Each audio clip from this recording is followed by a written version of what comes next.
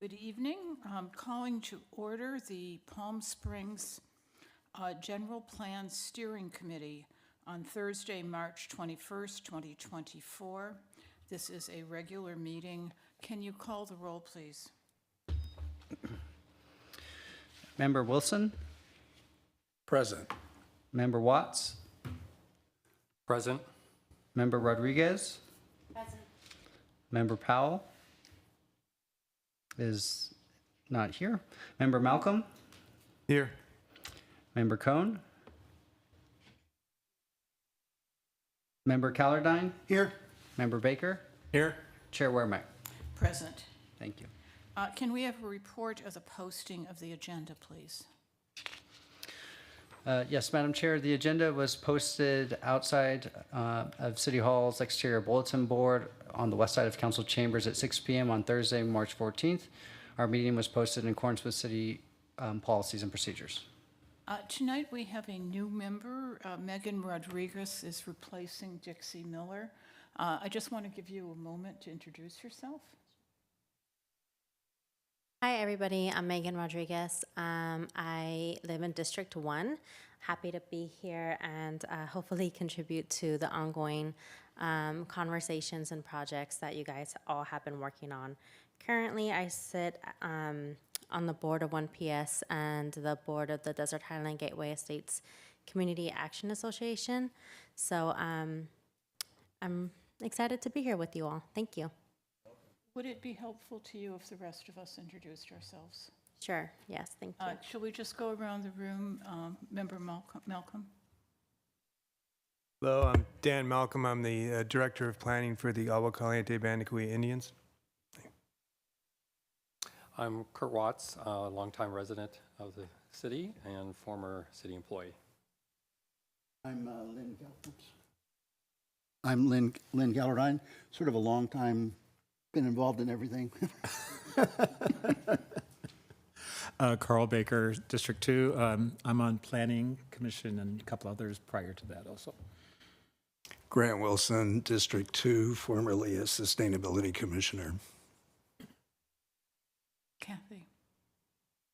Kathy Cohn, I'm chair of the Sunrise Park Neighborhood Organization and an emeriti from 1PS.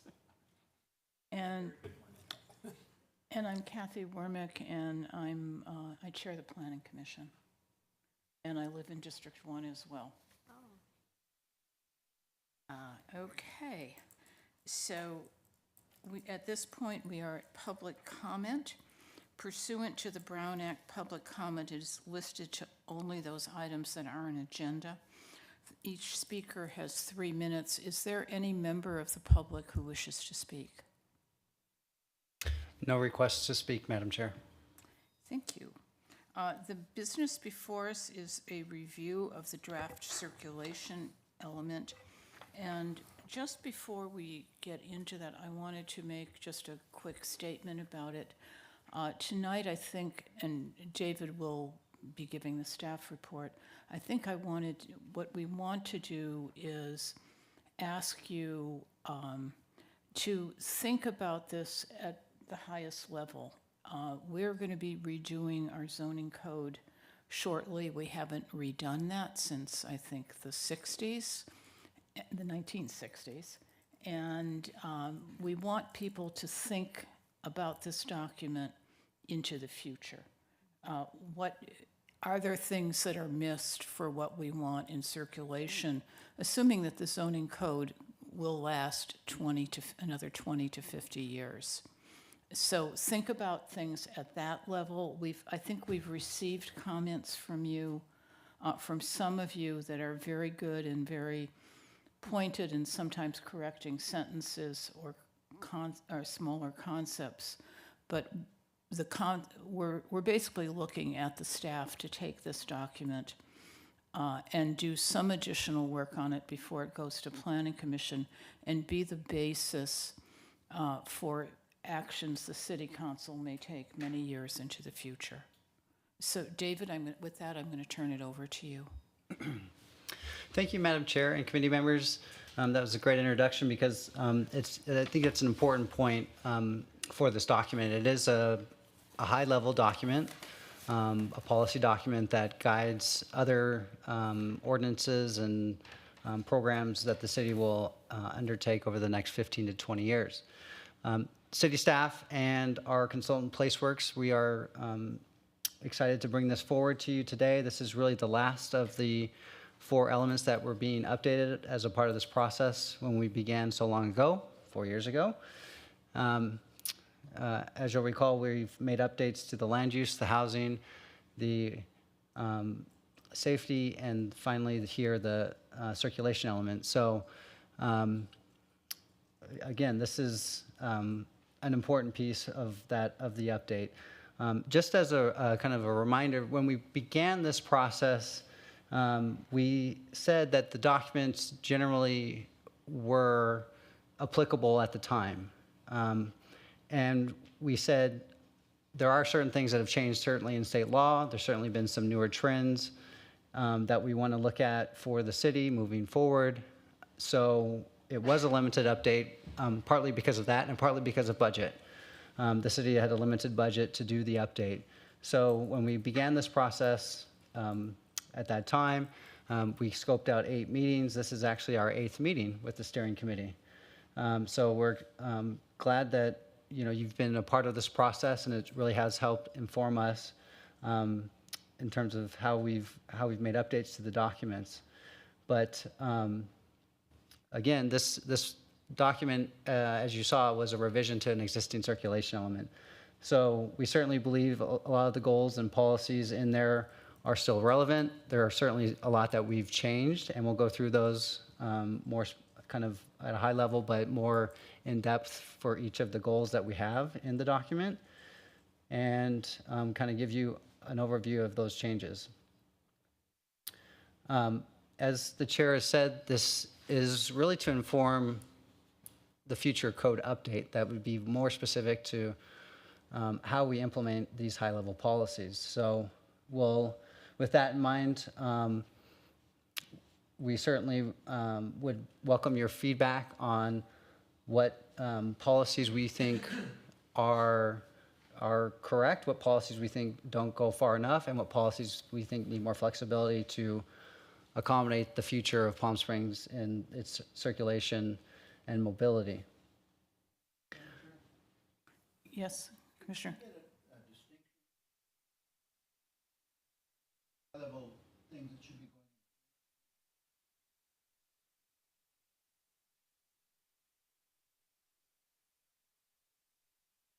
going. What you see is the distinction. So we can certainly talk about that as we go into each goal, and we go into some of the changes that we've made, and if we see that as something that's more policy decision versus something that's more of a technical change, like we think each house should have, a X, Y, and Z. That's more of a code update, right? When you talk about policies that influence the kind of mobility of the city, multimodal transportation at a high level, that's obviously what you see in the general plan. So I was probably not explaining it very well, but I think we can kind of get to that level when we start looking at the changes in the presentation. And Chris might be able to answer that a little bit as well. Well, and I think that's a good description, David. I just, another way to think of it is, sometimes less is more in terms of how we want to set the table in this policy document. We want it certainly to set the vision forward for how we're going to think about circulation and growth in the city going into the future. But the more specificity we provide, thinking of this as a long-term document, this will at some point kind of be out of date and where we are in a year, 2 years, 3 years. And so we want to make sure it also provides us the flexibility to implement it based on sort of how we're going into the future. So I think there is a line there in terms of setting the overarching high-level goals and objectives in terms of how we want to grow and how circulation should work versus getting too specific into the regulatory side of things and feeling hemmed in that way, if that makes sense. And there's some areas that'll clearly affect these the zoning element. One is parking and how the document describes our parking goals. Pedestrians, reduction of emissions, electric vehicles. I mean, there's new technologies airport expansion. There's some things in here where some of those, we may want to talk about them slightly differently. Oh, water. Water is also one of them, reclaimed water. Okay, so with that, I'm happy to turn it over to our consultant team who will go over the presentation. Okay, thanks, David. Going to get me through it? Awesome. I'm Jonathan Nettler. For those of you who may not remember or may be with us for the first time this evening, I'm the project manager on behalf of the PlaceWorks team. I want to introduce my colleague, Delia Vach, who is part of our team and is representing our subconsultants at Farron Piers, and is going to be leading the bulk of the presentation this evening. But I'm have the privilege of starting us out and setting the table for tonight. And I did want to just start and acknowledge just the determination, the steadfast commitment of the members that have been participating since the beginning of this process and those that have joined along the way. It's been inspirational for me. I'm not just trying to butter you up in advance of a very technical discussion tonight, but you know, the amount of knowledge that we've gained by your insights has been tremendous. Your input and perspectives have been invaluable. I know that will continue this evening, but before we got into the weeds, I just wanted to personally thank all of you for your participation. It's been a real joy for me to work with all of you and to help the city to achieve its vision. And I hope that, you know, by the end of this evening, by the end of this process, that you all feel that we're on a path towards achieving the vision and values that the community has set forth, that you have partaken in establishing. And before we get into the nitty-gritty, wanted to just offer my thanks. So I am going to start us out with just a brief reminder of where we've been during this process, where we are in the process, where we're headed. And then, like I said, I'm going to ask Delia to dive into the details of the updates to the circulation element, starting with the kind of high-level perspective on what really drove the changes, the major moves that were made in these updates to the element. And then we'll talk at the end about next steps. So our last meeting as a committee was on May 18th of last year, where we discussed the land use element. Since then, we have, the project team, we city staff, perhaps some of you have been intensely involved in updating the city's housing element. Don't know how much you tracked that process, but it was quite involved, quite lengthy.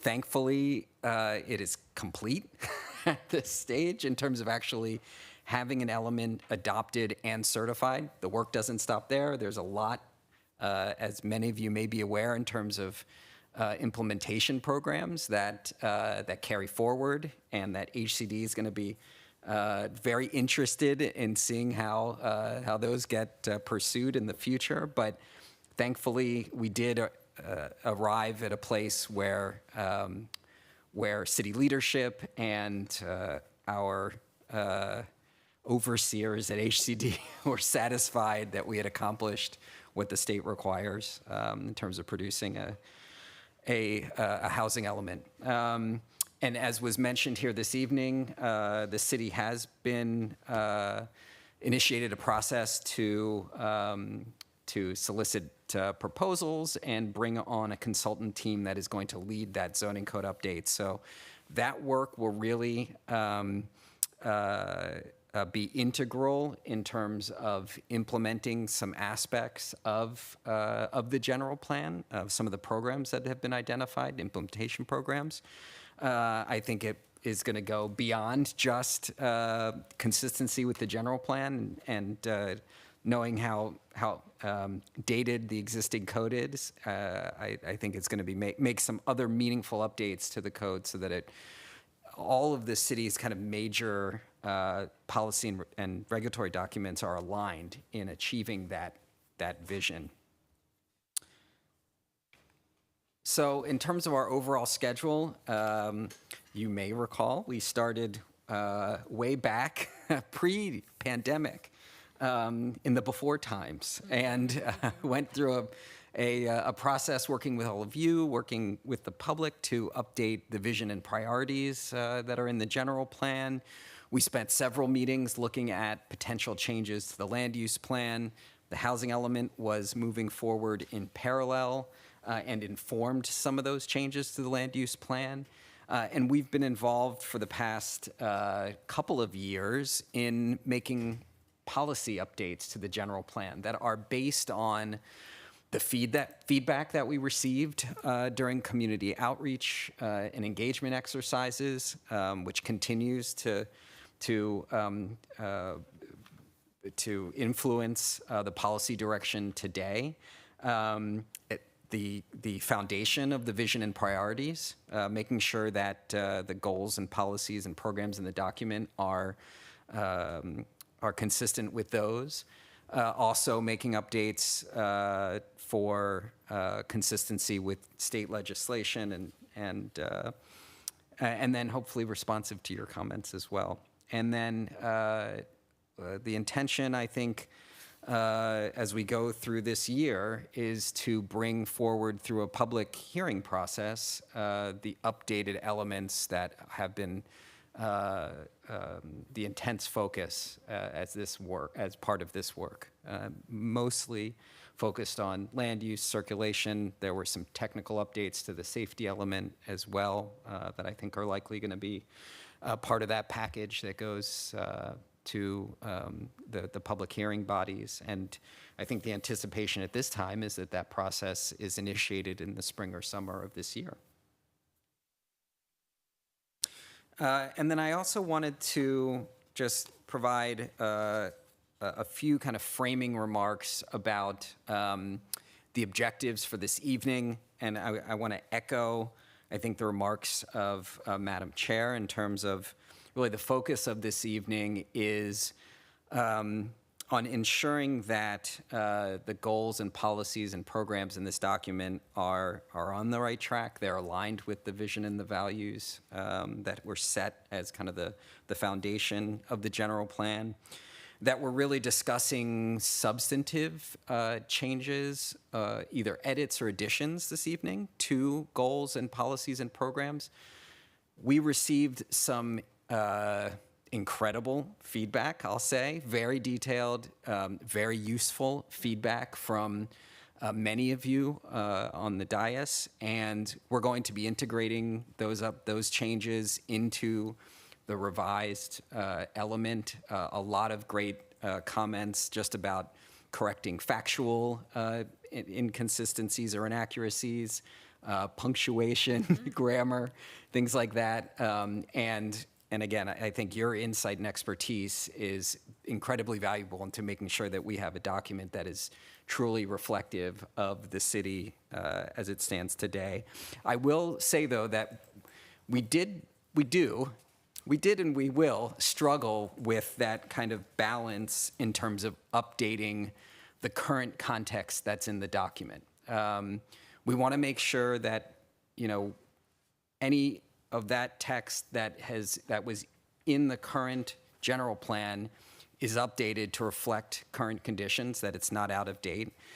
What we, I think, struggle with in terms of general plan authors is that we want to ensure that a general plan is not cumbersome, that it is easy to update and easy to utilize. And the other thing that we struggle with in integrating existing conditions information is that as soon as that document goes before the city council, that information is almost already out of date. So, that's something that I just wanted to make the committee aware of, particularly where there are requests for additional analysis, that, we do want, I think, as part of our charge is to maintain a document that is easy to update, that is factually correct, but that is not out of date, within a month of it being adopted. So that is part of what the balance that we're trying to strike in the updates that we make. And we do want to make sure, though, however, all of the factual information is correct, and you've been very helpful in making that so. I have one more slide here, I think, that I want to just remind the group about when we're reviewing goals and policies and programs this evening, what the role is of those elements in a general plan, and when we're thinking about terminology or phrasing, some kind of concepts to have in mind. And I think we looked at this when we reviewed the land use element. Doesn't hurt, I guess, to have a refresher now that it's been almost a year since we had that discussion. Some of this may be old hat to some of you, but when we're thinking about goals, they are typically future-oriented statements that say Palm Springs will be this, where we want to arrive at the horizon year of this general plan, 2040. And the policies in the document are really the roadmap to achieve the goals. How do we get there? We are making a commitment, we being the city council, once this is adopted, the decision makers who have a role in approving and adopting this plan, are making a commitment to those policies as guiding their decision making, guiding the allocation of resources in terms of staff, time, and budget. And the implementation programs are really the concrete actions of how to achieve those policy directions and ultimately the goals. And part of the materials that were provided to you in advance are a matrix of policy, of implementation programs, I should say, that identify both the program itself, which city department or partner agency is responsible for implementing that program, and a general timeline so that as the council, as city staff are formulating their annual budgets and formulating, how their resources are going to be allocated, that those implementation programs are a tool that they can use in that process. And I think Delia will touch on this, but one of the major moves that we made, and I think from the beginning set out as our objective working with city staff, was to move the implementation programs out of the body of the general plan document so that they are a resource that can be updated continually as the implementation process moves forward. As some of you may know, updating a general plan, there are constraints about how that process happens, the amount of times it can happen within a year. It is a cumbersome process, as I guess we're all aware at this point. So the intent was to have implementation programs, a list of action items that stands separately and is adaptable to the changing conditions in a way in which a general plan document just does not allow for. So that's some of the kind of strategic thinking that led to some of the changes that you've reviewed. And I think that's my last slide. I'm going to pause there. If I could just add to as well, we are, our engineering team is actually short on time. They have to leave a little bit early. So as we get into some of these goals, if there's specific questions related to transportation and engineering and public works, that's something that we might try and tackle early in the presentation. Thank you. And so with that, I'm going to hand it off to Delia to get into the fun stuff tonight. Fun stuff indeed. Great, thank you all. Appreciate your time this evening. I just wanted to echo what Jonathan said, appreciating all the comments that were already submitted. Throughout the presentation, I may make some references to some policies that we're planning to add based on those comments. So I did just want to start off by saying thank you for the thorough and helpful review that has already taken place. With that, though, I'm going to dive into the changes that we've made to the circulation element. I wanted to first start off by touching upon the public outreach and the public comments that were received that sort of helped guide this process and the decisions that we made. There were 2 public workshops as well as online surveys. I believe over 300 people filled out the online survey in particular, and there were a number of questions that related directly to circulation. At both the public workshops and the survey, there were some areas that we did receive some mixed feedback on. There were folks that spoke very strongly in favor of more bike lanes, and others wanted fewer bike lanes. So there is some mixed opinion out there, not too shocking when it comes to transportation. But even still, there were definitely topics that stood out as priorities for a vast majority, if not almost everyone who responded to the survey, who spoke to us at the workshops. 3 themes that came up over and over again as being very, lots of support for were safety, parking, and transit. Overall, there was a very strong desire to have options for mobility so that folks were not just reliant upon a single occupancy vehicle for all trips at all times. We also saw really strong support for continuing to implement traffic calming. The CV Link, very popular, the regional trail, lots of support for that. And overall, again, increased parking, particularly in the downtown, roadway surfaces, signage, transit connections, and bike and ped infrastructure. There was very, very notable support. So safety, transit, parking were all big themes that we carried forward. In terms of the updates that we made, and I think that this has already been touched on a couple of times, our approach was to refresh rather than overhaul all of the information, make sure everything was up to date, accurate, current to today. We did make some very key structural changes, which I think Jonathan touched on very well, in terms of what remained in the circulation element versus what came out and went into the implementation programs. We also prepared a set of TIA or traffic study guidelines. So there was also a good amount of detailed information related to intersection operations, for example, that we pulled out of the element and put into the traffic study guidelines. Jonathan spoke very well to this just a moment ago about making sure that the general plan element is very useful, very high level, guiding the overall vision. And then some of these other documents are more nimble, more focused on implementation. City staff can really use them and change them as things evolve and get on the ground into the guts of implementing some of these programs. So that's a key change there, is just some of the structural stuff. I'm going to go into some of the mapping that's in front of you in just a second, the circulation map and the bikes and trails map, so we'll put a pause on that. We added some more detail to new plans and programs that have emerged since the last update. We've added some more detail to the typical cross sections. I did want to spend a few brief moments on VMT and LOS, that's vehicle miles traveled and level of service.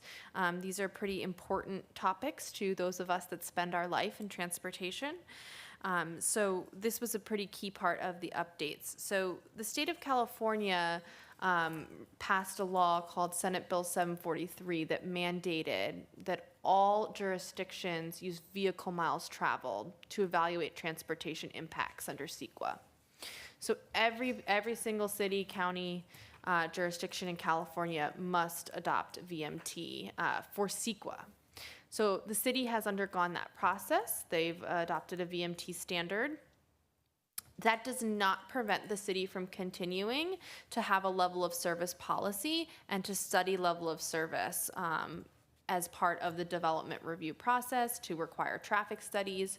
So we've maintained all of that in this general plan update. We've integrated the new VMT standard. We've updated the TIA, the traffic study guidelines, while maintaining the same level of service standard LOSD, and continue to maintain the requirement that development projects as they're coming on would study circulation, understand how they would affect local intersections and their level of service. So it's no longer, level of service is no longer a part of CEQA, so you won't see it in a CEQA document, but it will still be part of the development review process, and the same LOS standard will be maintained. Yes. Yeah, let her, I'm comfortable if we want to take a pause for I'm questions. fine with you asking a question. Right. Sure, absolutely. I'm comfortable pausing there. I think I've covered what I need to on this slide, this kind of high-level overview.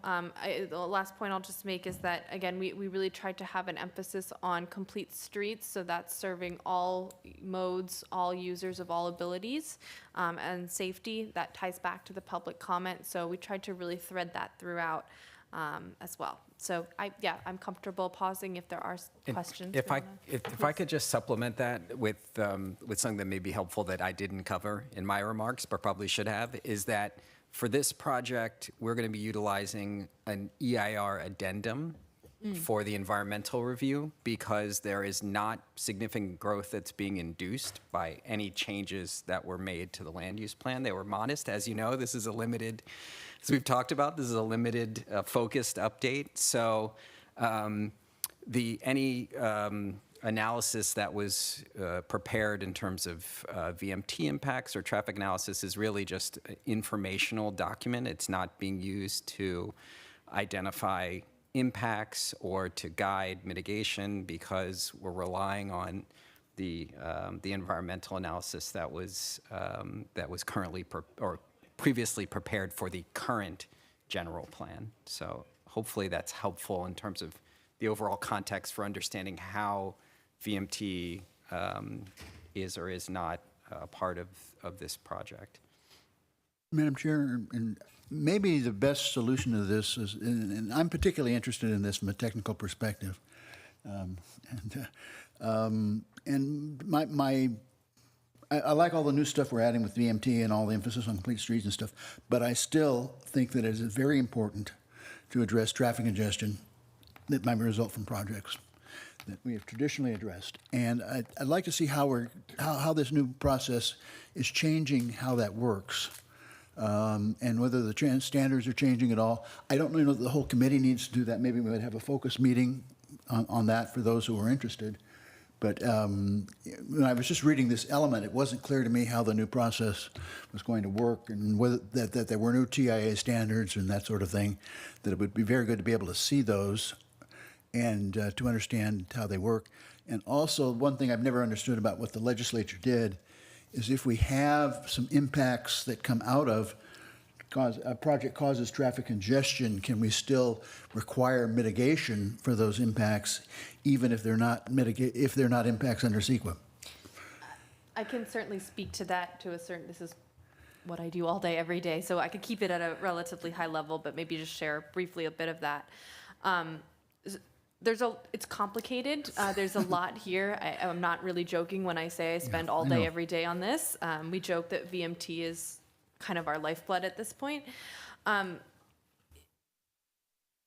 City of Palm Springs, any city that's going through issuing entitlements, issuing approvals, has the ability to have conditions of approval. So when a project is coming through, instead of having a CEQA impact, if they identify a traffic deficiency and they identify an improvement needs to be done to address that deficiency, maybe it's putting in a new traffic signal, maybe it's adding a turn pocket, whatever that improvement is, that can still be conditioned on the project.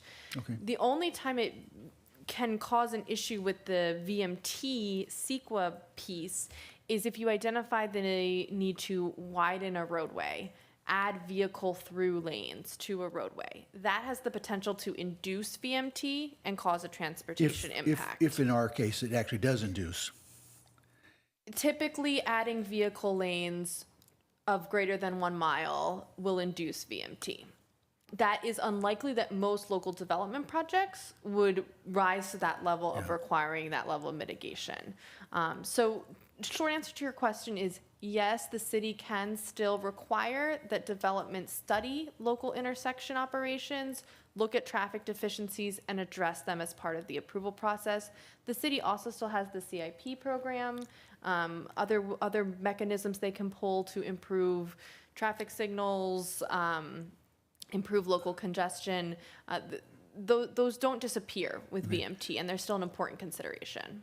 To follow up on that, for an example, in the old general plan, I think it's not clear what happened to all those intersection improvements that we identified in the old plan that would go over and above the standard ones to bring us up to level of service D. Would we still have the ability to implement those potentially as conditions of development?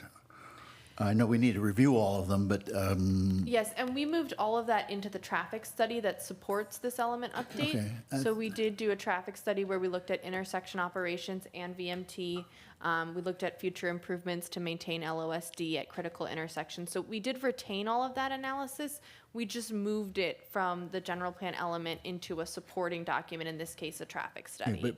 but the policy of LOSD It's still there, is still there. absolutely, absolutely. I might even suggest a loosening of that in certain places, but that's I think there was a discussion about maybe certain locations in downtown, which it definitely could, I think, be a valid addition to consider. But yes, LOSD is still the LOS standard. That is not changing. The requirement to have a traffic study is still in the plan. That is not changing.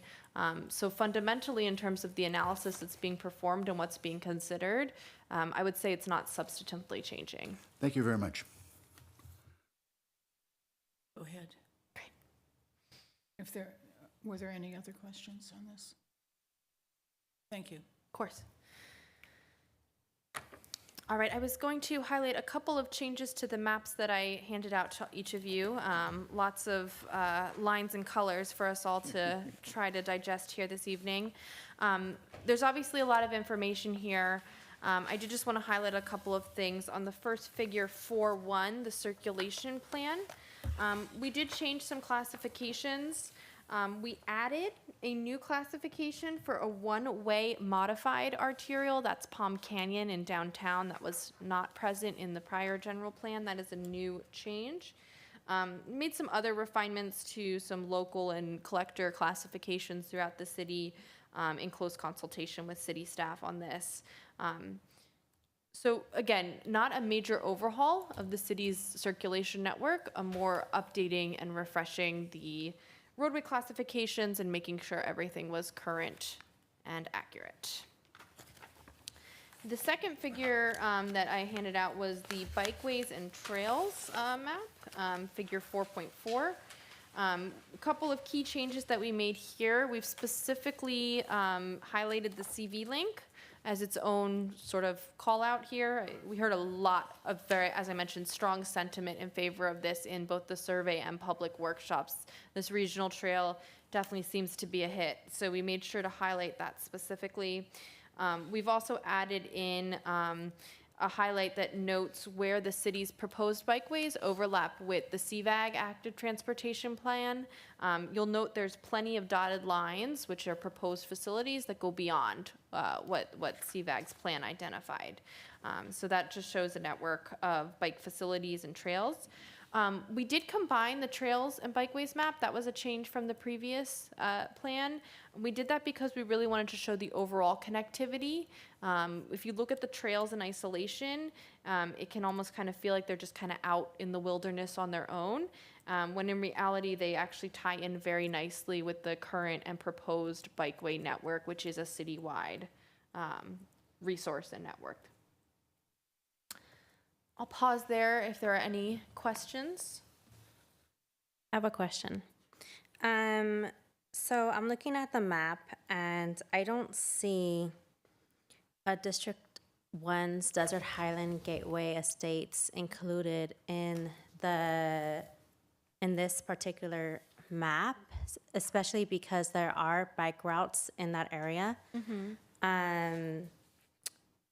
The Parks and Rec has a bike program for the youth in that intergenerational neighborhood every Friday.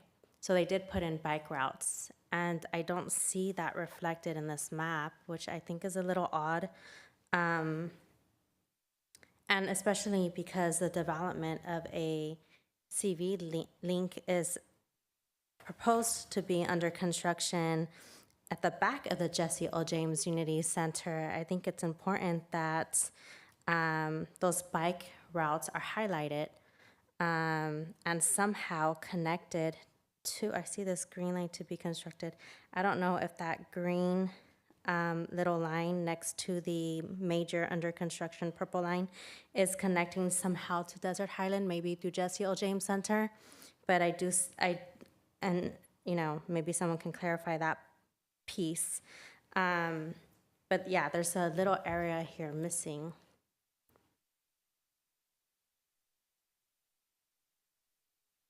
Yeah, I appreciate those comments. I saw David just chatting with Francisco. I was going to see if city staff had any insight into this particular neighborhood. Either way, we will certainly investigate and look at adding those details to the map. Sure, and also there are roads there, especially in front of Bon Air and Frontage, that need resurfacing. And since that's an emphasis in this presentation, I think both go hand in hand with one another. Absolutely. Thank you. Thank you. Commissioner Calhoun.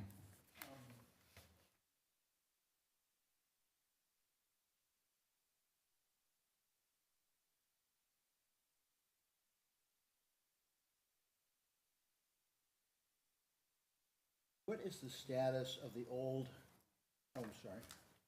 What is the status of the old extension of Sunrise Parkway over to East Palm Canyon Drive? Is that, or North Palm Canyon Drive, rather. Has that been officially deleted, David, before this?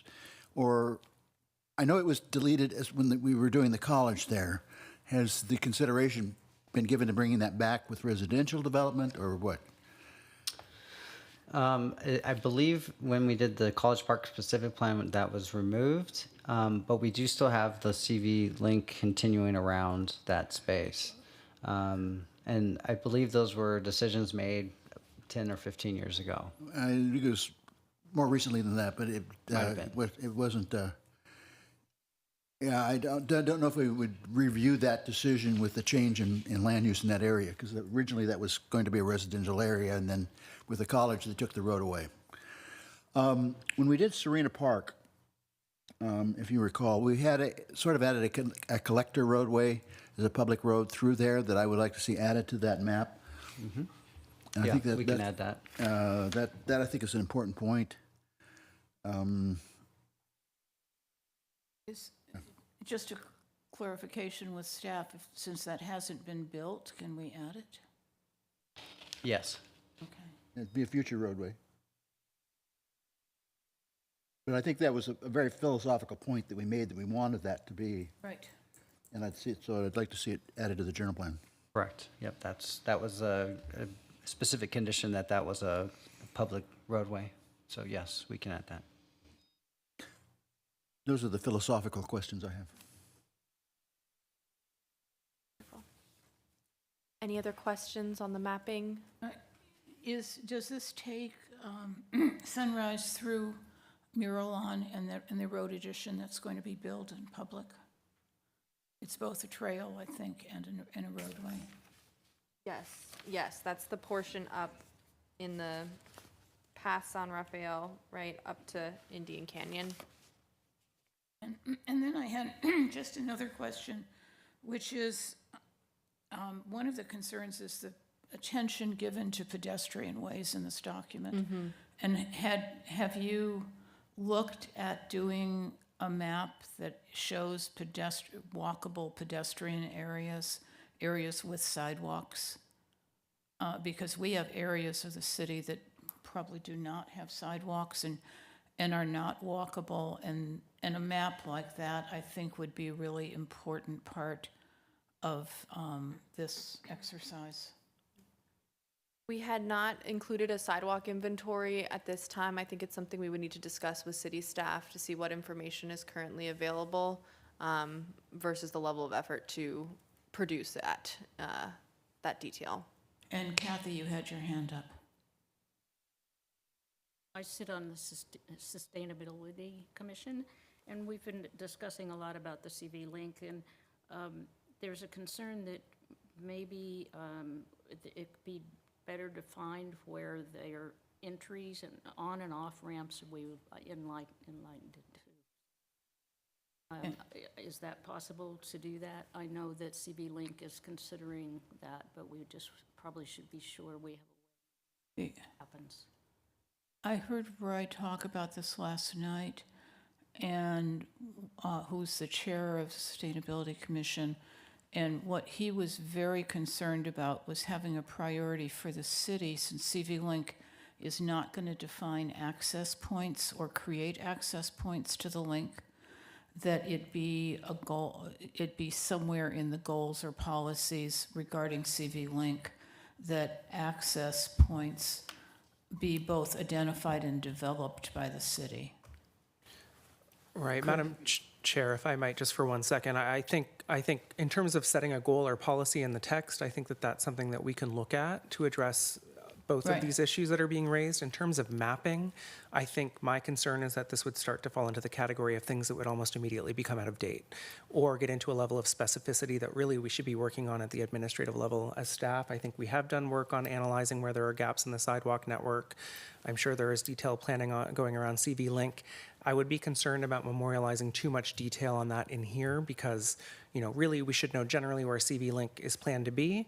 We should know that we have a policy around ensuring that future development is connecting into that, and leave the details to sort of the development process going into the future.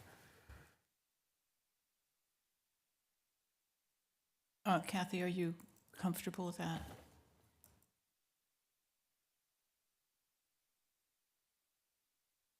Can you speak up a little?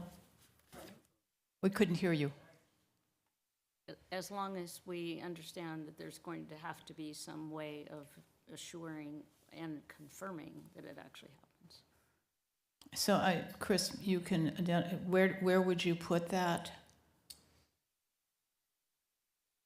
I think that's something that we can discuss internally On with the team. staff, okay. Yeah. And and this these comments will also carry over to Planning Commission when we look at it. Lynn?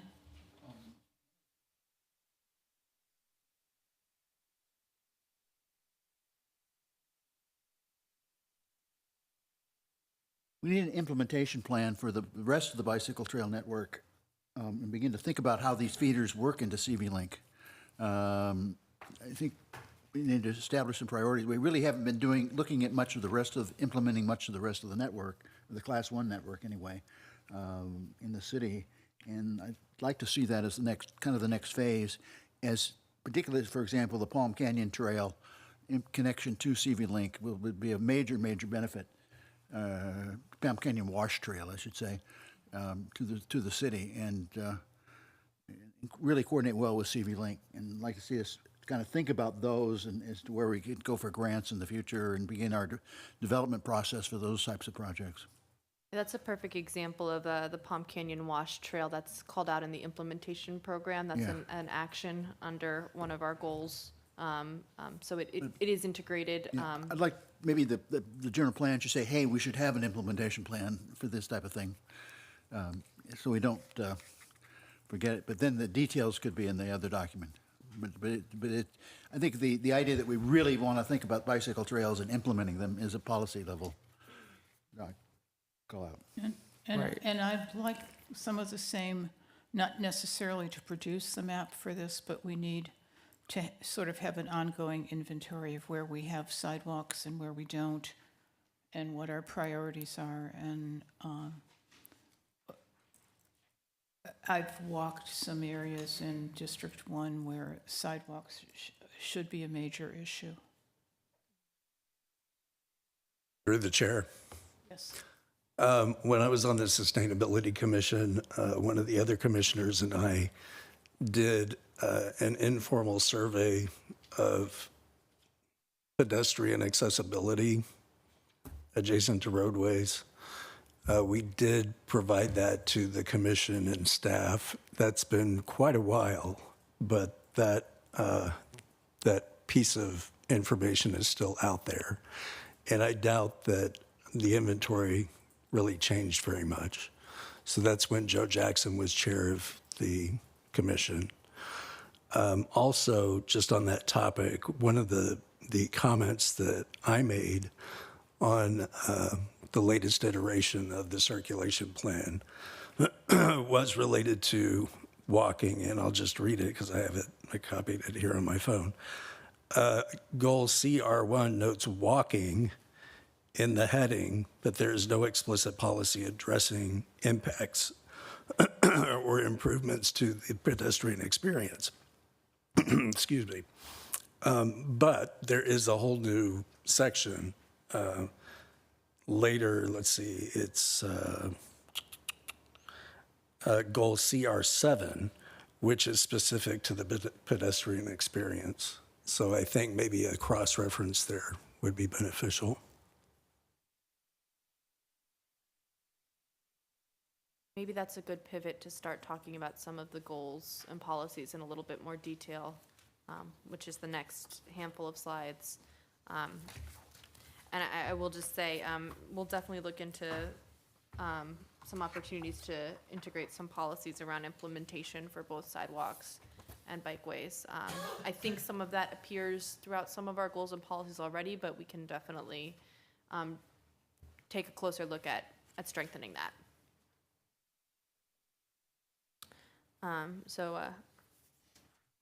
Member Wilson already gave us a preview of Goal 1. Appreciate that. Our Goal 1 is around having an efficient and interconnected, not inefficient, efficient interconnected circulation system. Mentioned in the feedback that complete streets mentality, thinking about all modes, not just vehicles. That's one of the changes we made in this goal, is calling out all those modes of travel, including walking. The individual policies are tailored to different areas within that, but this goal is around the overall efficient system. So there's a number of policies in here. A couple that we've just highlighted are continuing participation in the traffic uniform mitigation fee, continuing to implement neighborhood traffic calming. This is one of those things that indirectly improves the conditions for pedestrians and cyclists. When we slow speeds, we limit cut through neighborhoods. That improves safety and the experience of pedestrians and cyclists. Maintaining truck routes, encouraging things like telecommute and rideshare in larger employers. And I think we've already talked a bit about addressing traffic deficiencies for new development, and that process would be facilitated through the city's traffic study guidelines, and this policy here in the general plan reinforces that. And it's probably in a different document, just in terms of the system of roadways, the upgrading of roads, or continuing to maintain our roads, and also synchronized lights. I can't think of, from where I live, I can't think of a bigger complaint that I hear, that you stop at every stoplight, and that the lights aren't synchronized. So in terms of a system of roads, I think that probably goes into a different document in terms of which specific intersections would be up for signalization upgrades? Yes. Yes, I believe that would be appropriate, and I think Francisco may be able to provide a little bit more information. I know there's some synchronization and signal updates integrated into the city CIP program. I don't know if there's any detail you can provide there. Hi, my name is Francisco Jaime, principal engineer. For the most part, I oversee the traffic signals and also the traffic calming program for the city. I can tell you that we are upgrading a number of signals through our Highway Safety Improvement Program, in addition to what the CVAG is doing through their CV Sync Phase 1 and Phase 2. I can tell you that we are also working on upgrading our Traffic Operations Center, so that way all the signals that are not already included as part of our HSIP or included as part of CV Sync will eventually be upgraded in more of a phased approach. So eventually, the goal is to have, our corridors, our traffic signals synchronized. And we do have a policy later, not under this goal, but that speaks to upgrading road surfaces and maintaining Okay. those. So that does show up in a different part of the element. And I think there isn't, I was just glancing through, I think there is an action that speaks to updating traffic signals. And if there isn't, I'm pretty sure if there isn't one, that it would be something that, again, it's already happening, so it would be something we could definitely integrate as well. Oh, yes, here it is. Maintain and upgrade traffic signal interconnect. It's under Goal 2. So that is present in the implementation programs as something that's definitely supported by this document.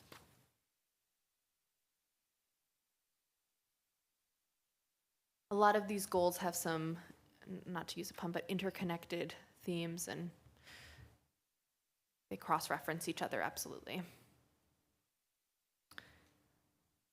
I'll move to Goal 2. Goal 2 is very much the sort of complete streets mantra, all modes of all ages, all abilities, safe and efficient. Very key words here, again, tying back to that public input we heard loud and clear. I think we've discussed the level of service standard. Hopefully that's clear that we're maintaining the LOS standard of D.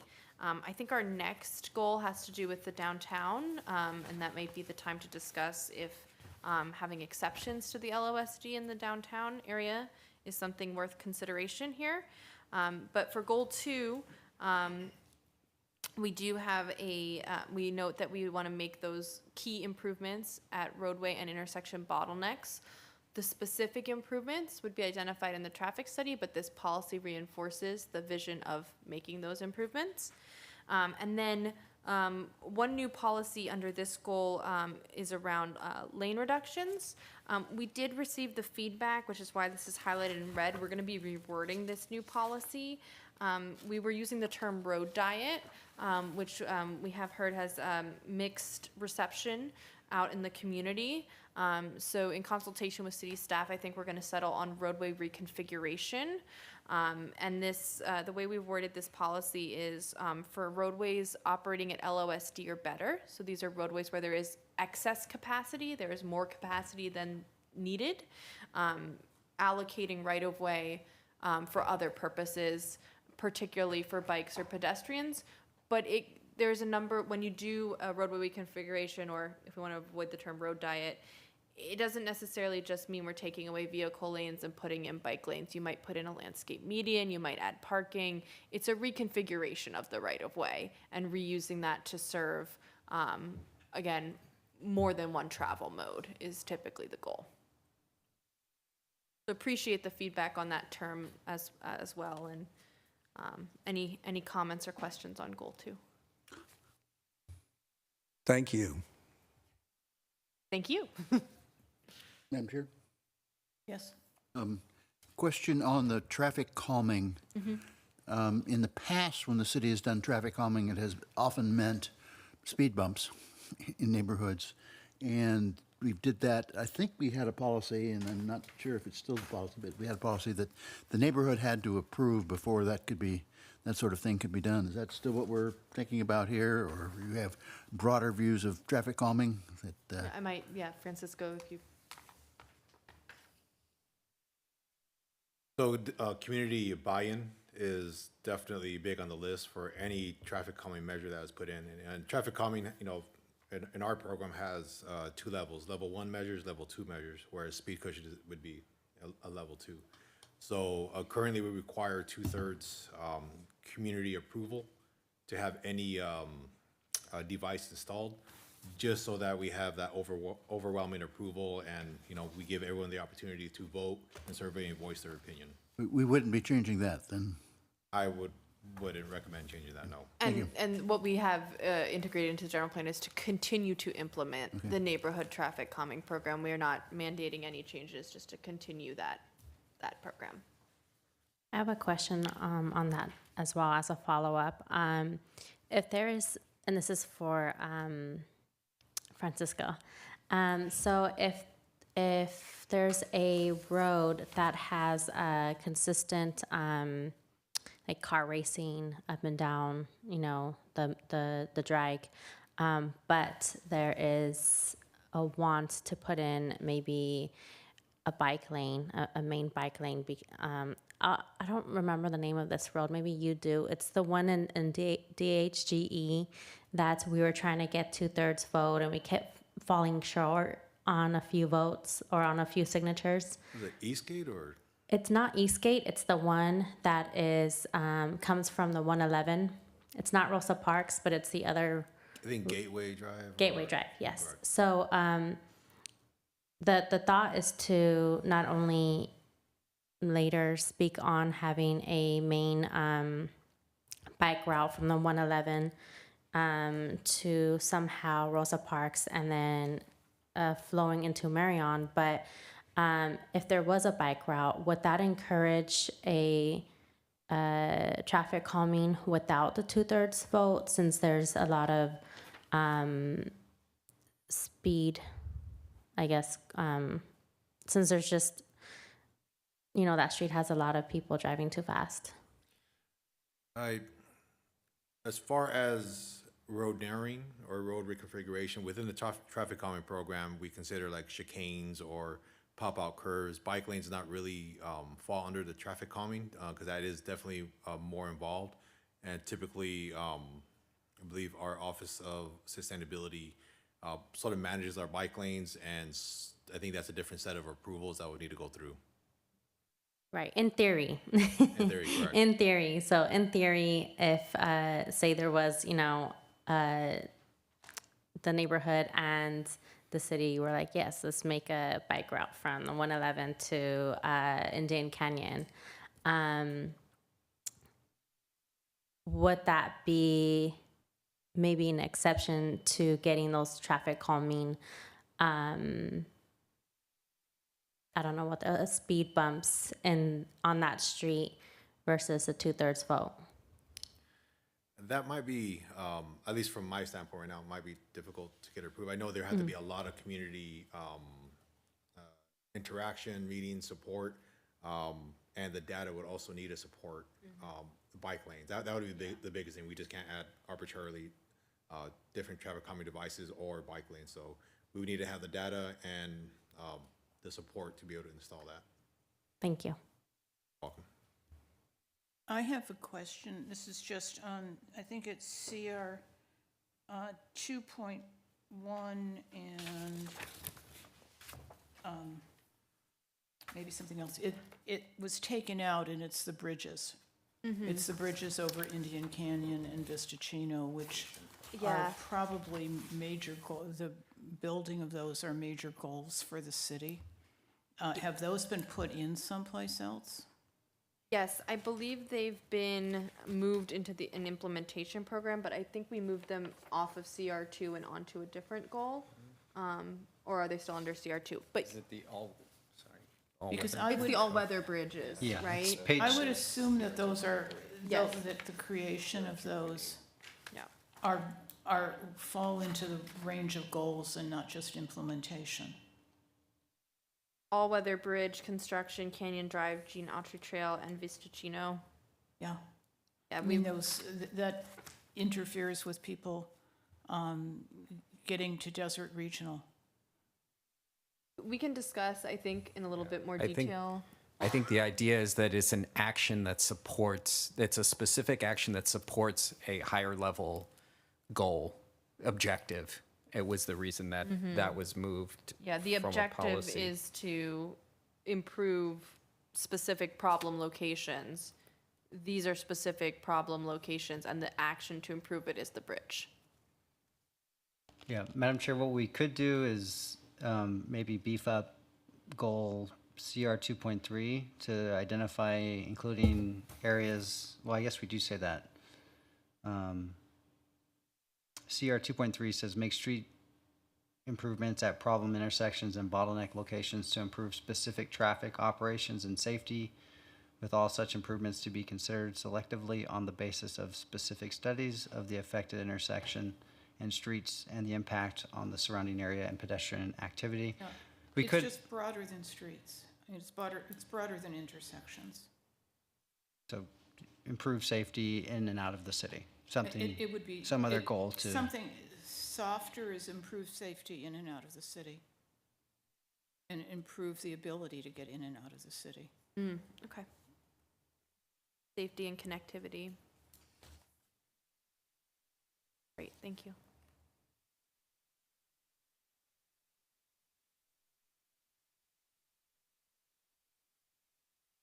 Any other questions or comments on goal 2? Okay, goal 3. This is the goal focused on the downtown. I do want to note we touch on parking in some of these policies, but we have a whole separate goal 8 dedicated exclusively to parking.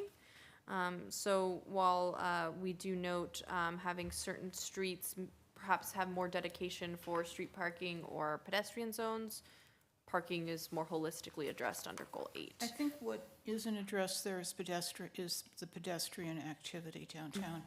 And there are occasions where streets are closed, or they may be closed in the future, and there always was a goal of pedestrian use of the streets in that area as well as vehicle use of the streets. And is that, Madam Chair, is that going beyond those streets that we've called out there? Amada, Andreas? I think it does. It goes to Museum Way. Go look at that.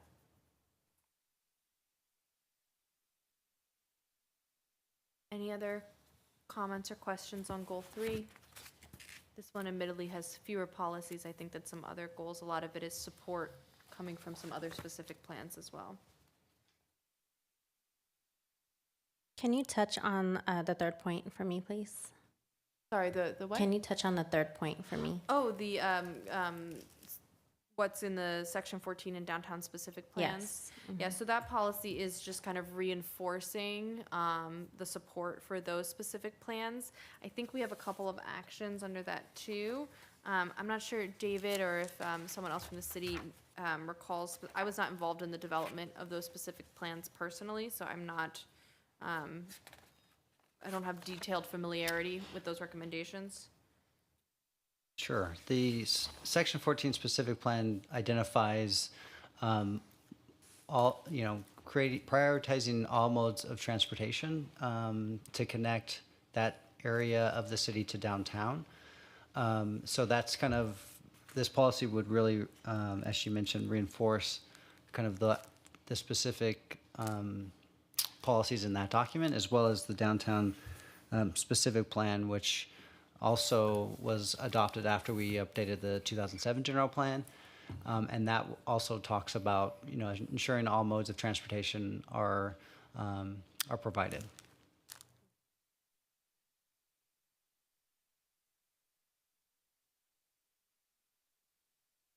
Any other questions or comments? Okay. We will progress to goal 4.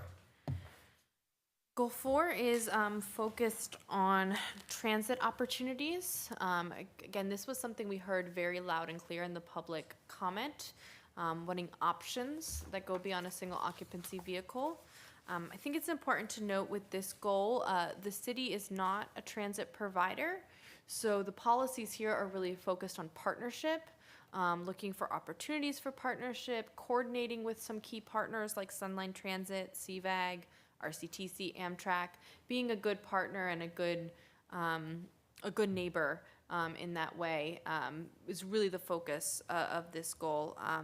We did include a policy on incorporating, considering opportunities with private shuttles or TNCs, that's Uber and Lyft. Those sorts of companies as those technologies continue to emerge and take over our lives, particularly during special events. So again, a lot of focus on partnership and coordination in the policies under this goal.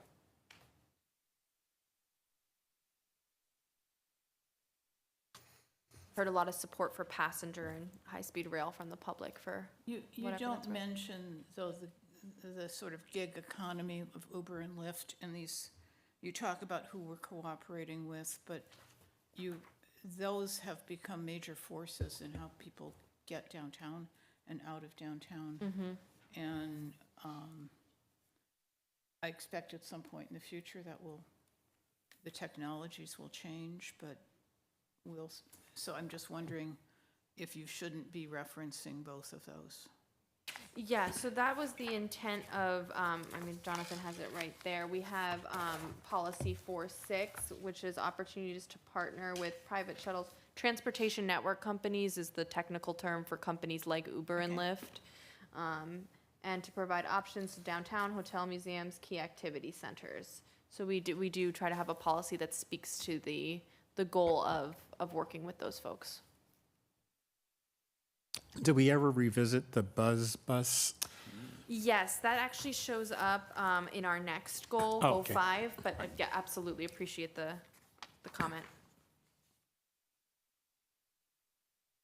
Any other questions? Okay, maybe we'll move to Goal 5 then. We did get the comment or question about shuttle or trolley service, so we are planning to add a policy under Goal 5 to explore the opportunities for future shuttle or trolley service. That's in red there. We are considering adding that policy, or we will be adding that policy into the next revision. Question? Yes? This is just sort of background information. Whatever happened to all the old congestion management plans? Are they still applicable? Well, one of the casualties of SB 743 is that CMP programs don't have the teeth that they used to. They do still exist, but it's a different context now with VMT being part of CEQA. So with 743, it explicitly addressed the fact that it was in conflict with the CMPs. Correct. Okay. Yeah. So Goal 5. Through the chair, Please. that actually gets at one of my comments. Did you see the comments that I provided to David a few days ago? Yes. Yeah, because there was something in there, I don't know if you've had time to ponder it, but we did have a policy.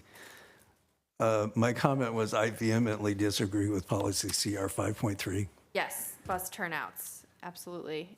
And that kind of works with the VMT situation. So have you had time to ponder that? Are you going to eliminate it or reword it or? No, we did discuss actually with city staff. David, I don't know if there's anything specific you want to share there. Yeah, the matter was discussed with the city engineer, and certainly it's a policy that the city could look at revisiting.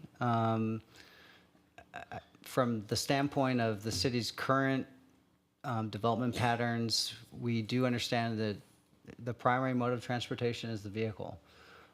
Whether that changes in 20 years or 40 years or 80 years, it's hard to know. But anyway, it's certainly something that the city could look at, but ultimately I think the issue there is that for this continued flow of traffic without potential risk of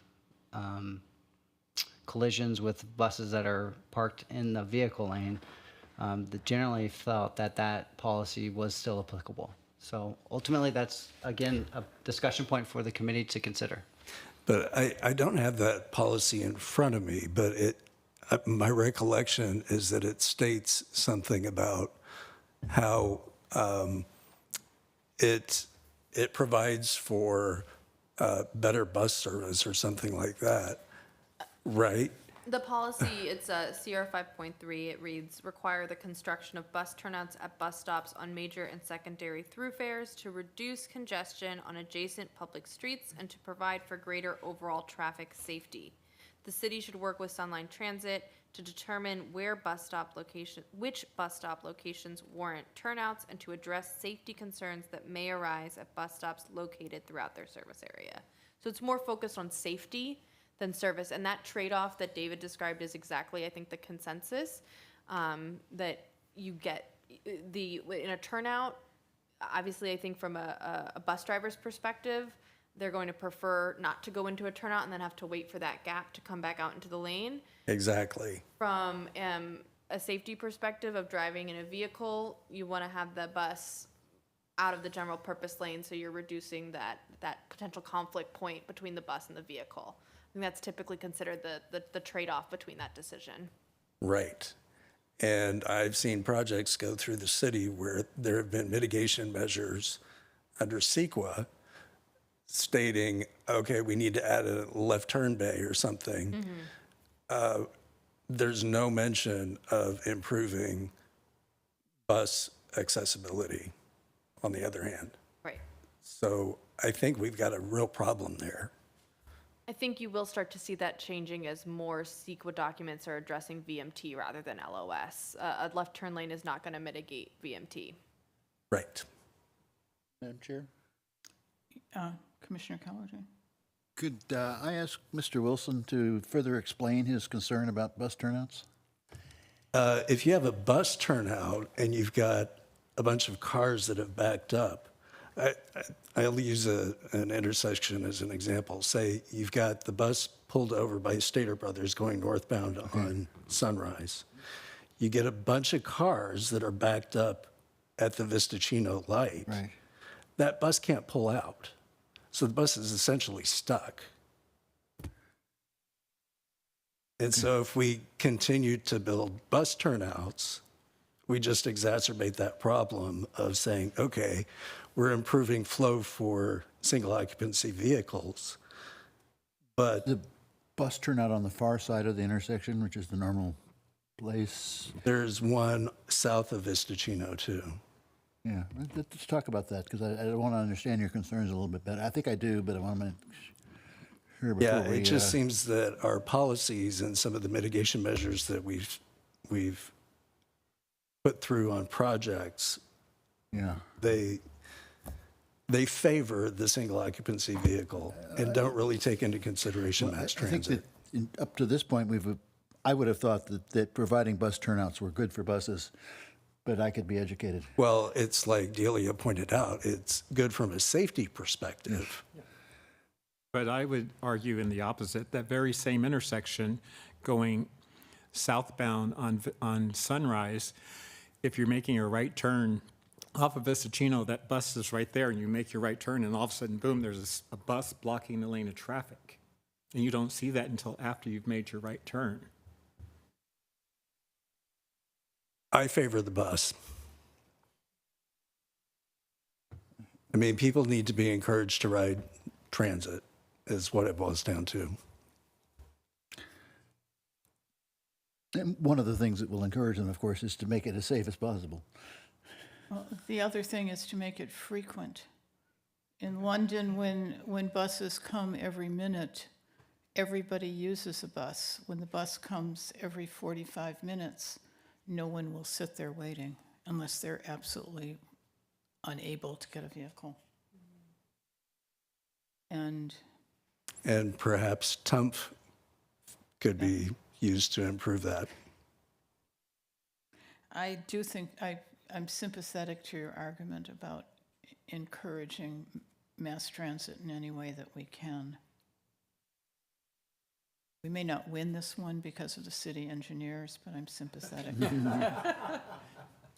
The engineers, in my experience, always win. I want to talk about CR 5.5, the construction of attractive bus shelters. We had a city councilor whose experience was the city required, and cities have required the construction of bus shelters where then the bus company later abandons the route, and you've got a individually constructed bus shelter, but no bus coming to it.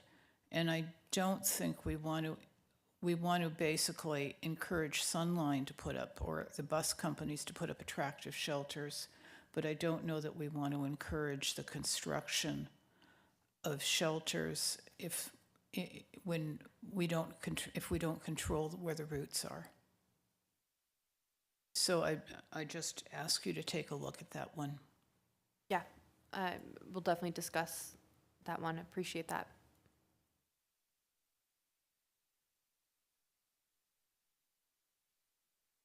Any other questions or comments on goal 5? CR 5.6, integrate sidewalks into the city's circulation to connect residents to transit. I think we need to not only integrate sidewalks, but shade into the system to, people need to, if people are sitting there for long periods of time, sitting in the hot sun, will discourage transit. I think we have an action. I think there's also something in the land use element as well that speaks to shade, maybe not specifically on sidewalks. But we also have a suggested policy later under the pedestrian goal about design standards, and I think design standards would be a place where shade would also be an important component. If we could build on that, Madam Chair, one of my concerns is always that when we have these larger developments, I don't know if we'll have them anymore in the city, but like we have in Broadway on the north end, we get these walled edges, which makes transit access difficult. One thing I've done in another city, that shall be called I, is we made sure that there were breaks in the walls every so often so that the pedestrians could get out to the bus stops and to the to the major arterials. And that should be a policy to provide such breaks as far as I'm concerned. I don't know if everyone else agrees, but if you have these sort of interior focused developments, it makes it more difficult for people to get out to the arterials for transit purposes, unless there's breaks in the wall. And that helps the bicyclists too. Where I live, you'd have to walk a mile to get to the bus stop from the interior as a development. Not uncommon, yeah. And that would be helpful. Through the chair. Yes. I think this is one we agree on. So,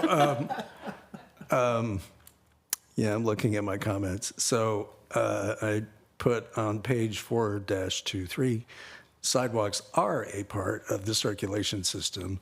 Please rewrite CR 5.6 to support sidewalk connectivity to transit facilities. And I added that, this could conceivably done through some Measure J funding, as well as development agreements and project conditions of approval. So thanks for mentioning that. I do think some reframing of that specific policy I think the wording does almost imply that sidewalks are not part of the circulation system, which is not the intention. I think that connectivity is the piece that we really want to focus on, is finding opportunities for new connectivity through sidewalks. So, absolutely. I have a question. Is there a plan to implement more alternative fuel vehicle chargers? Yes, absolutely. And that this shows up in this policy, this goal, and also in the goal that specifically addresses parking. So we had a note in there under goal 8, because we did get a couple questions and comments about that as well. There's an action in the implementation program. It's also already actually in the city's municipal code as well to require EV parking, but there's also an action to support the installation of EV chargers and alternative fuel charging, alternative fuel refueling at public and private parking. Thank you. David, what's the standard currently? For EV spaces? Yeah. Yeah, the city did revise the off-street parking requirements to mandate that new developments provide EV spaces. And then depending on if someone was doing a remodel on a commercial or multifamily, they would be required to also potentially add EV spaces. So we do have current regulations on it, a lot partially because state law requires it. David, when you say EV spaces, does that mean a fast charge or the old school level 2 charger. I don't believe our ordinance gets that specific. It just says it has to make available those spaces on the development. So as a EV driver, I would say the fast chargers are like a Tesla charger, which everything is, so that's the new standard. The whole world is moving towards NCAS, which is a Tesla standard. So once that's done, those are fast chargers. Those other ones are basically obsolete. I mean, I charge my car with a level 2 charger in my garage, but that takes all night, which is fine. But if you're in transit, you can't, those are basically useless is what I'm saying. Unless there's a fast charger and you only have a 2-hour limit to park, you're not really going to get a charge that's worth anything in most electric vehicles. And so wherever these policies are, it's also upgrading the standards to what is currently the preferred standard. I would just note, as a fellow EV driver, I drove here from Orange County on my Ioniq 5. I understand very, very well. And I do too, yeah. But I do just want to note that is a perfect example, though, of something that is ever changing, right? Like right now we're moving towards the Tesla standard, but in another 10 years, it could be totally different. So I think we want to avoid too much specificity in calling out a specific technology or a specific level of charging, whereas the action right now is just focused on encouraging new chargers, new charging stations be installed. So it's that balance I think we were talking about earlier of wanting it to be, useful and encouraging in the direction we want to go. I think we all agree more EV charging. I selfishly will say that as a owner of an EV as well. But hopefully I think we can all agree that would be a positive direction to move in. But if we provide that detail, it gets out of date very quickly. Yeah. But if you can provide language to current standards so that the language doesn't indicate that we're fine if we've got an obsolete technology. Yeah, we can absolutely work on beefing up that action to specify current, latest technology standard. Yeah, absolutely. And does this mean that current HOAs are left out of the I wouldn't say mandated EV future, but because you did mention future development, so would that leave out current HOAs and apartment buildings that don't have EVs currently? So our current ordinance does address existing development. So if I don't remember exactly though what triggers it. So it certainly makes room for the possibility currently. And of course, ultimately the property owner needs to be on board with it, but I'd have to look at that further and get that information for But you. it's not a current requirement, say, for a new house that's built. For single family houses? Or an apartment, I mean, you'll get one for 20 units in an apartment building, but it's not required, which is something to look at for houses. Yeah, and the way building codes change and evolve every few years, that may be something that comes down the pipe as a mandate anyway. Madam Chair, if I may, I believe the 22 building code does have a lot of extra requirements for parking. It used to be the spaces only had to be EV ready. Now a certain number, now in addition to be EV ready, they have to actually have chargers. So I wouldn't be surprised if the 25 building code just upped that some more. So I mean, that's happening on a more frequent basis. Every 3 years they're rolling out another one. So it is being mandated in multifamily development, I believe, by the building code now. So.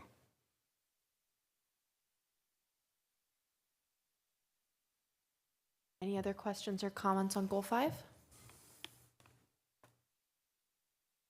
Okay, wonderful. We'll move on to Goal 6. This goal is focused on trails and bikeways. There are 15 policies under this goal, so not highlighting all of them, but there are policies that we heard a lot about maintaining road surface and signage. That shows up under this goal to make that a priority in the public feedback. New bikeways, new linkages, and then also providing bike racks and other amenities are some highlights from the policies under this goal. Another policy I did just want to highlight here Our next goal is around pedestrians. I wanted to mention that the current version of the element has a policy to maintain design standards for bikeways.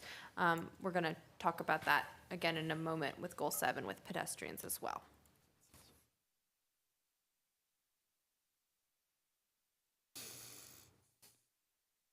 Any questions or comments on Goal 6?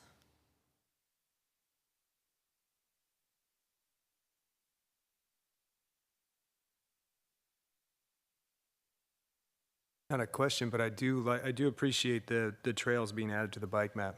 I think it's a good addition to include those on the same map. They are related. Yeah, thanks.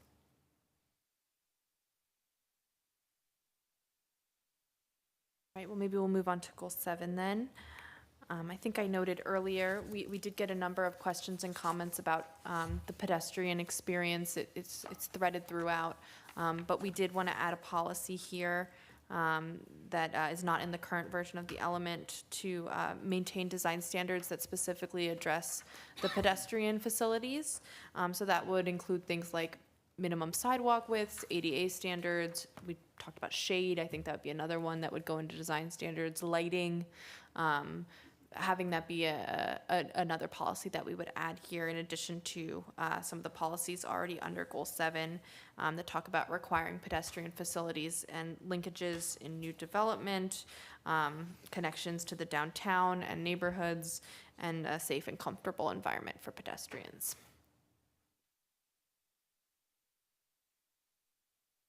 Is I'm still looking at 6.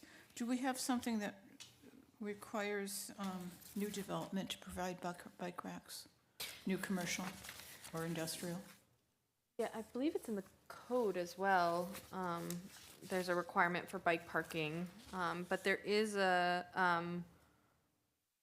to provide bike racks and other bicycle amenities throughout the city. I don't know if we specify private development specifically.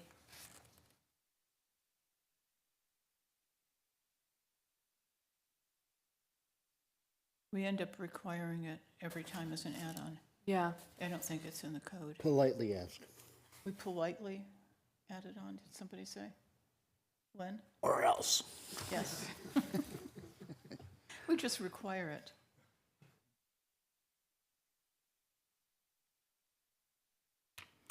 When you were at the pedestrian experience, there's almost nothing in this. Everything was deleted, and so seeing this enhanced with improving sidewalks, shade, trees, tree cover, Yeah. and not just downtown. I mean, if people, you will reduce car usage if people have someplace they can walk from their house. I think a lot of the policies in the previous version of the general plan, a number of them were moved into actions under the implementation program. But absolutely, I think some of the wording and emphasis of the policies here, we can definitely take another look at that. And 7.3, I mean, it's not just downtown. Yeah. It's within the neighborhoods as well. Right. Winston?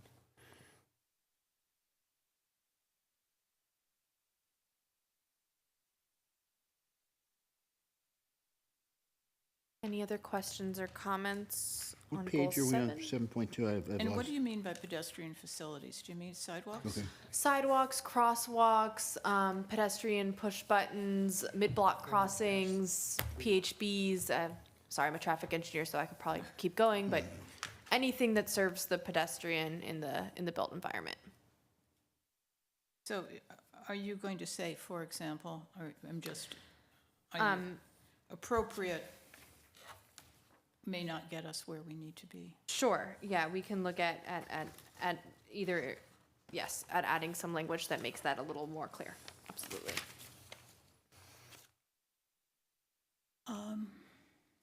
We're on goal 8. I have comments, but before I make them, does anybody else have them? Yes. Why don't you go ahead? Are we still on 7, sorry, or are we going to 8? Is anybody else still on 7? Carl's eager to move on to 8. All right, I'll flip over to 8 then.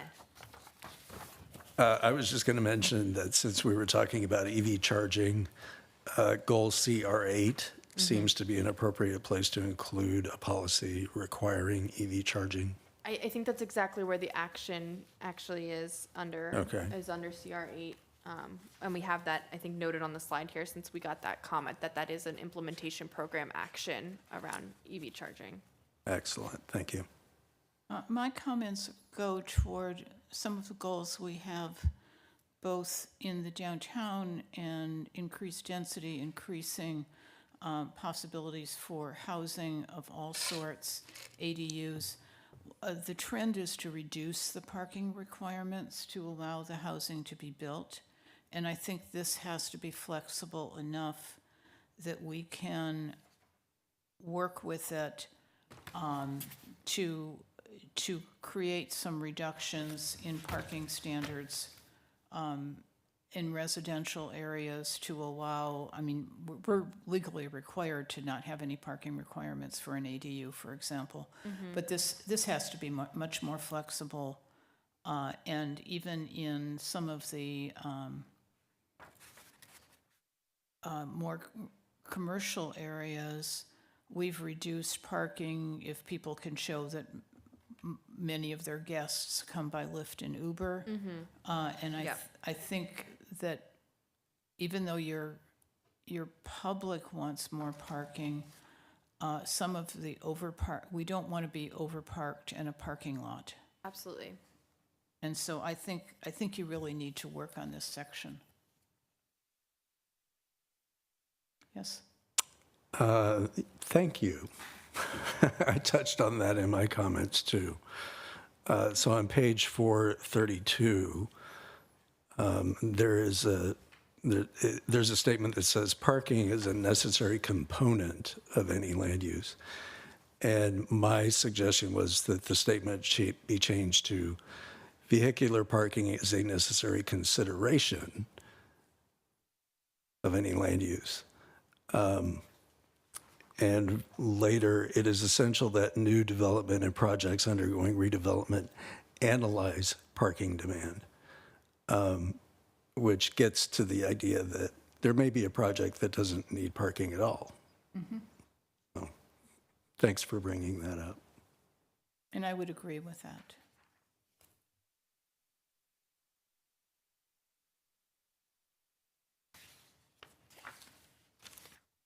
Any other questions or comments on goal 8?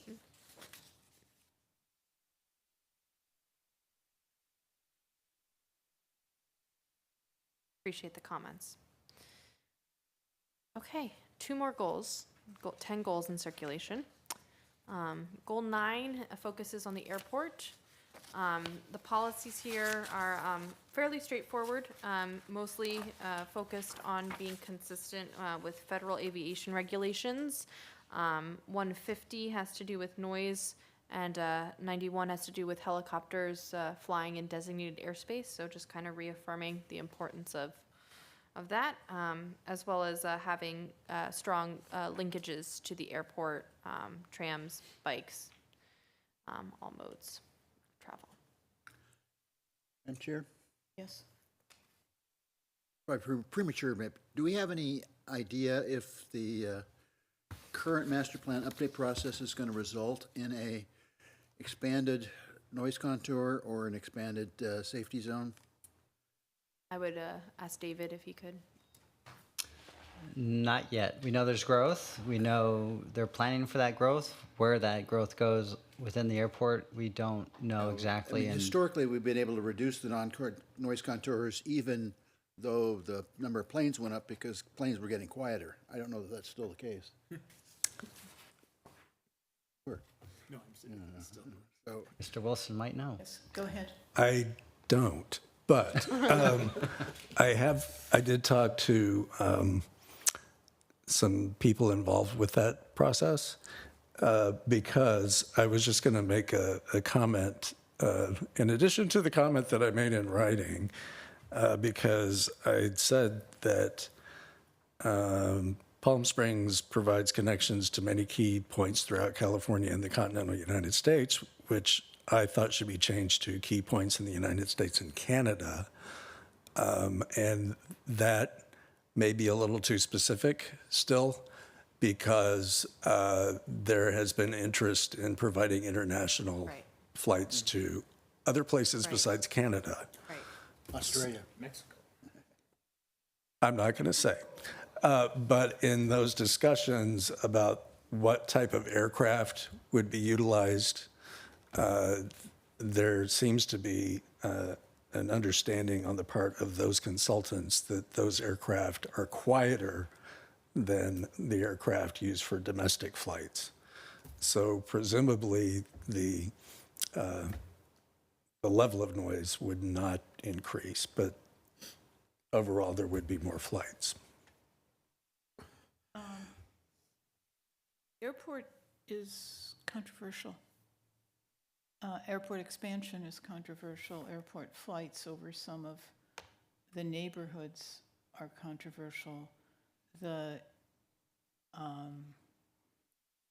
warm-ups of planes that they're repairing at night can sometimes be controversial, especially if they impact the same neighborhood night after night. And I'm just wondering how we want, and that's not to say that I have a formed opinion on the expansion of the airport. I am concerned about, and I like Goal 4, I heard that there's some plans to do a 5-story parking lot, which I would have concerns about in terms of the visual impact of that. And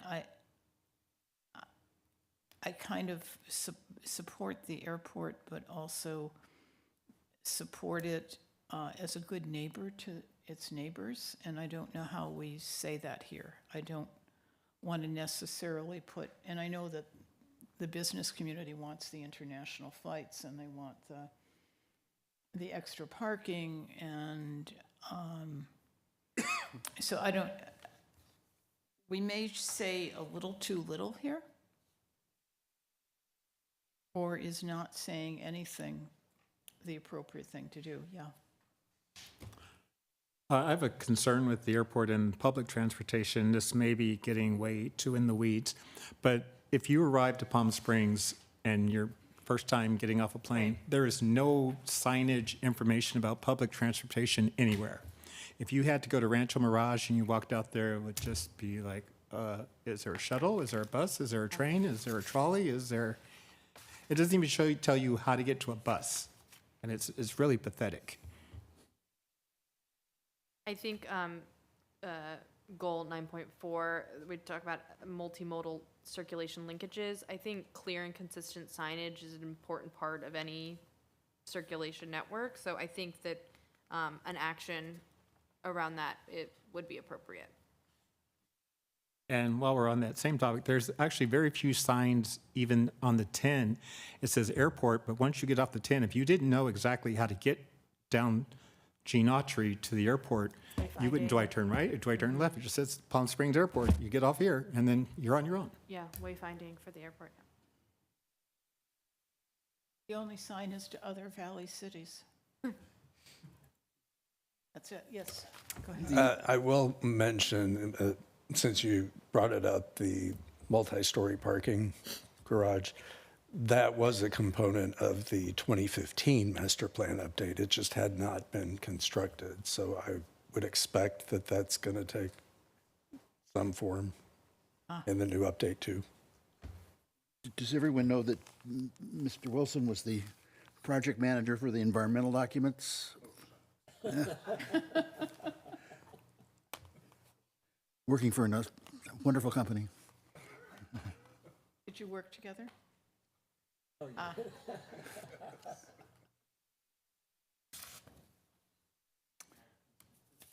Okay, are we through all the goals? There's one last goal about utilities.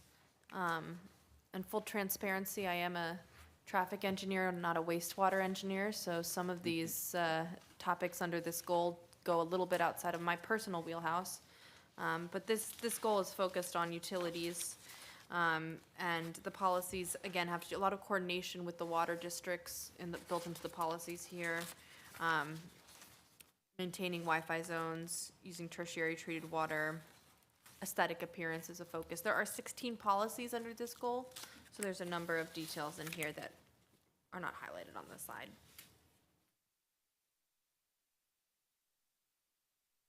And that is our last goal. I have so a any- question on public Wi-Fi zones. I've heard, these may be just horror stories. I always hear horror stories not to use them because they're not secure. My husband, who's a computer scientist, would probably agree with you on that. Again, a little bit outside of my own personal wheelhouse as a traffic engineer. But I think that the goal here is written to coordinate with providers as the city, not necessarily to be the provider directly of Wi-Fi. That helps.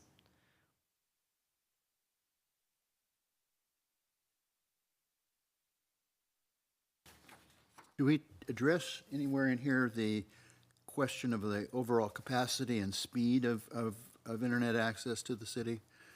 Both because, I mean, we're developing a nice little industry of people that are living here in town, working remotely, and they are completely dependent upon high-speed internet. The city's actually undergoing a broadband master plan update. Okay, good. So that's part of the implementation action for policy 10.16. So that is part of the goal and program.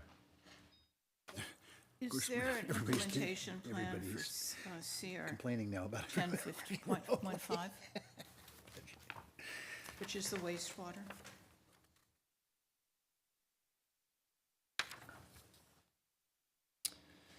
Have you created authority to require the use of wastewater?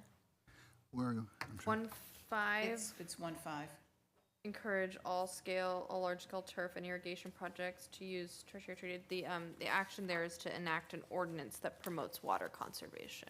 That's what's currently under the implementation program. We might want to look at ways of encouraging that use, develop a program to encourage that use.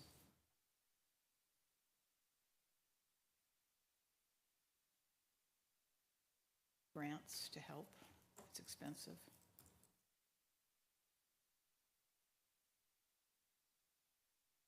Other questions in general about the plan?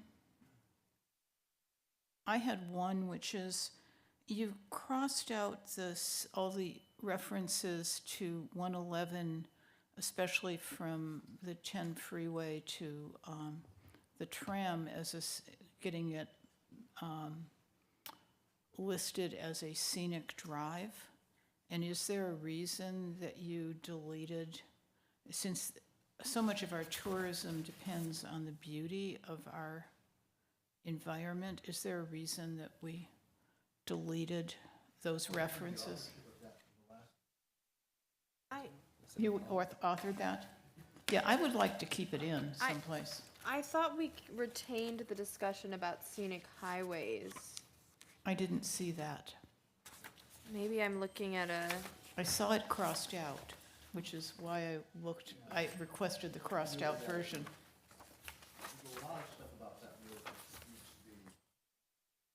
Yeah, and I think we'll take a look at that because I don't.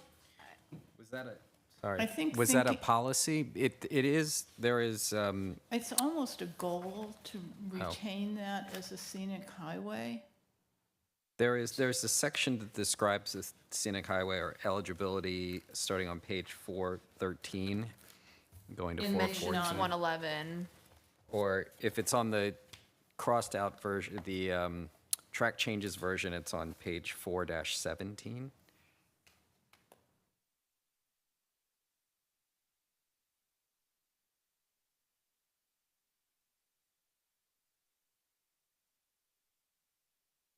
It was actually somewhere later in the text.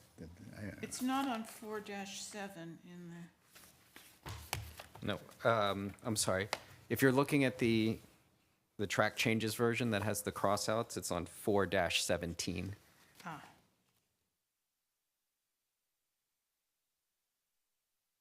But it seems to me that's a really,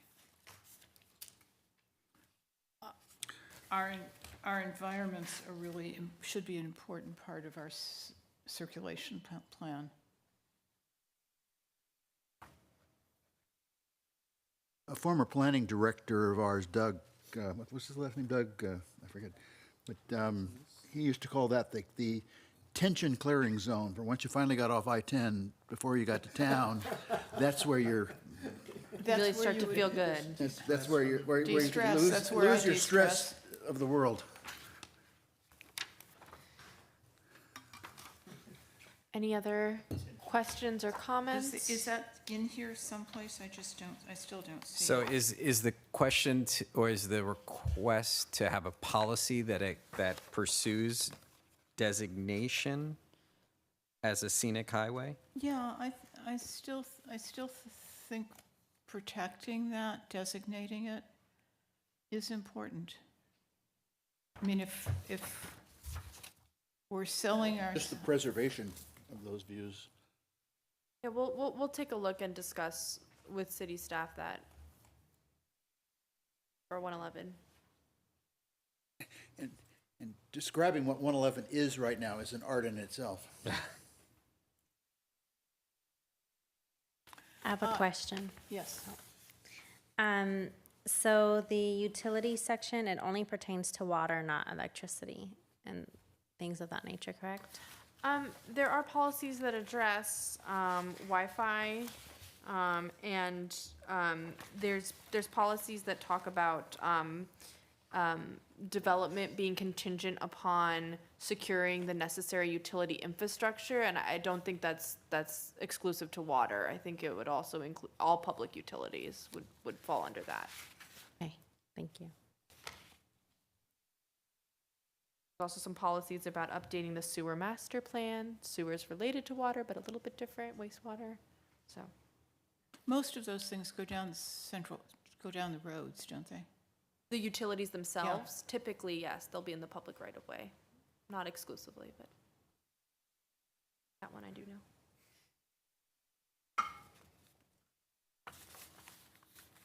Other questions or comments?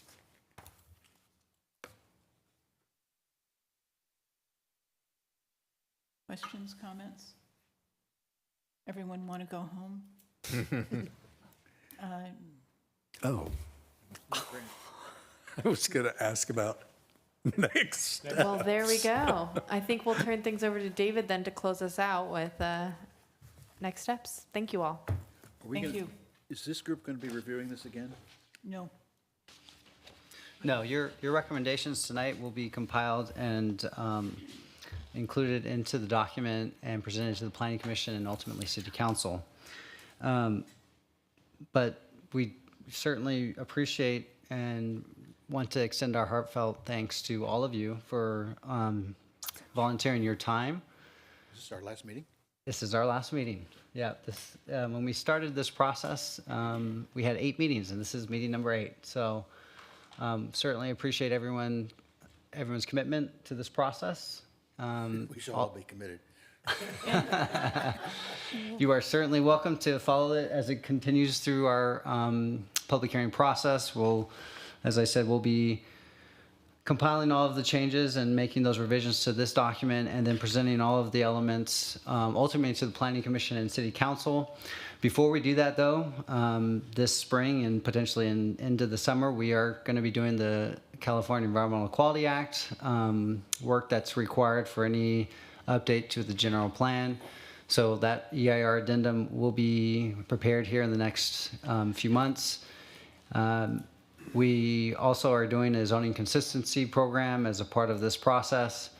And then we are presenting all of the updated general plan document in a story map format, which is a really cool thing that we really loved about PlaceWorks when they proposed to the city that we created an online document that was viewable by story map. And if you're interested in what that might look like, the city of Temple City, California has a general plan story map that presents all of their general plan in that format. So we're excited about that component as well. And as I said, ultimately, this circulation element, the land use element, and the safety element will be brought forward to the Planning Commission and City Council. As you'll recall, we have adopted the housing element. That was the fourth element that we did as a part of this process, which ultimately was the one that took probably the most time. And so, again, we really appreciate all of your work and all of your time, your commitment to this process.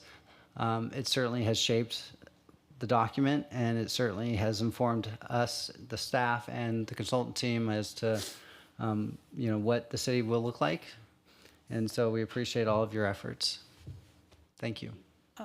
One question, if, I know people gave very specific comments, will there be any response, informal or otherwise, to the people who made specific comments?